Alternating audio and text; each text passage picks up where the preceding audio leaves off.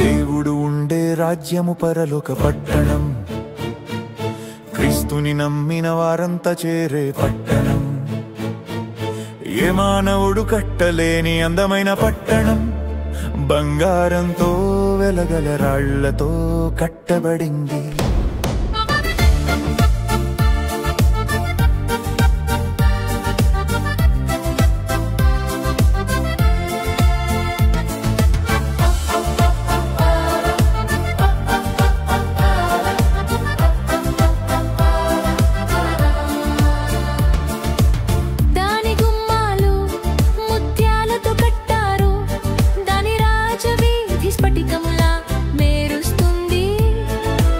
సూర్యకాంతంతో ప్రాకారాన్ని చేశారు, దేవుని మహిమే అందులో ప్రకాశిస్తుంది.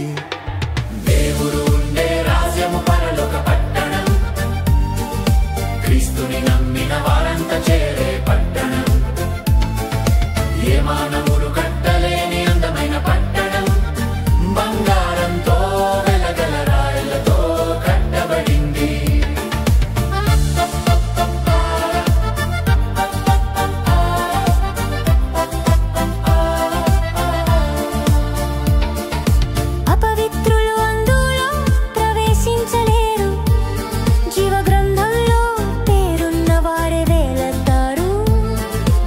దాని పొడవు వెడల్పు ఎత్తులు సమానము, దాని పొడవు 1000 మైళ్ళు ఉండును.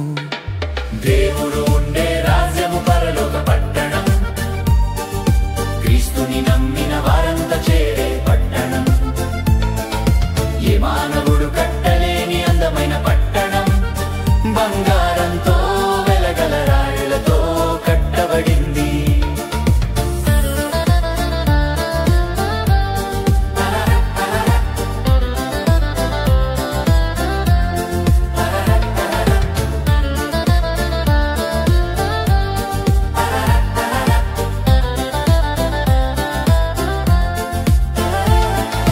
క్రీస్తే మన శిక్షను పొందాడని నమ్మితే దొరుకుతుంది మనకు రక్షణ భాగ్యం. లోకాన్ని విడిచాక పరలోకం చేరతాము, శాశ్వతముగా దేవునితో మనం ఉంటాము. దేవుడు ఉండే రాజ్యము పరలోక పట్టణం, క్రీస్తుని నమ్మిన వారంతా చేరే పట్టణం. ఏ మానవుడు కట్టలేని అందమైన పట్టణం, బంగారంతో వెలగల రాళ్లతో కట్టబడింది.